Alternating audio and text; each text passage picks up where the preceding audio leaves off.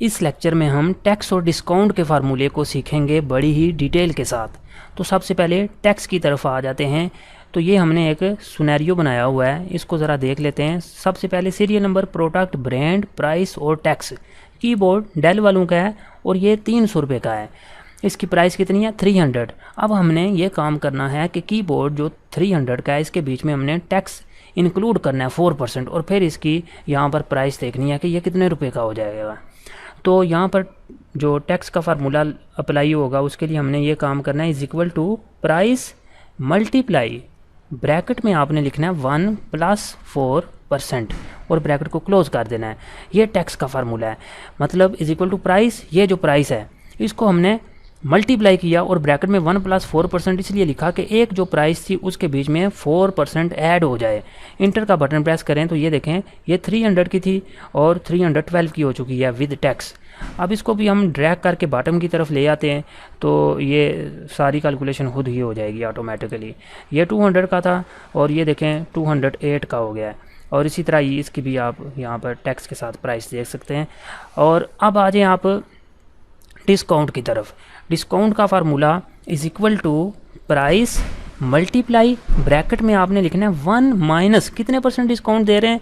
10%। तो 10% लिख देना है यहाँ पर।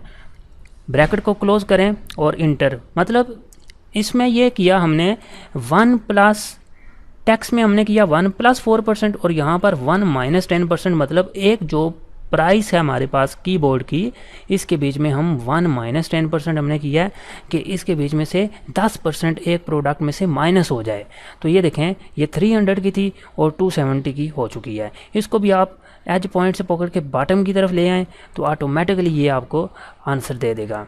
अब हमने अगर टोटल बिल निकालना हो कि टोटल ये ओवरऑल कितना बनता था और डिस्काउंट के साथ कितना हो गया, तो यहाँ पर आप खुद कॉमन सेंस यूज़ करें।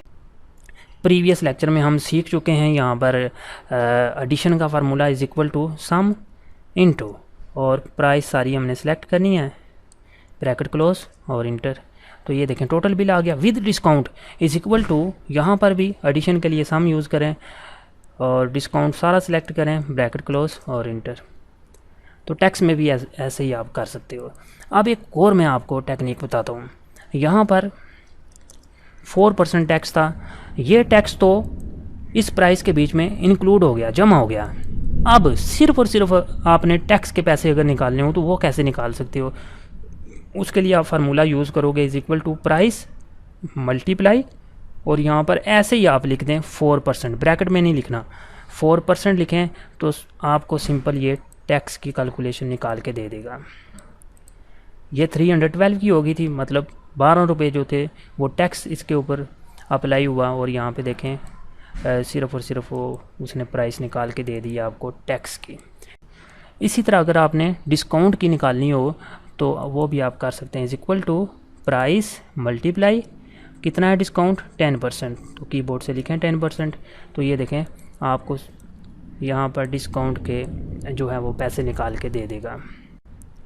उम्मीद है आपको समझ आई होगी।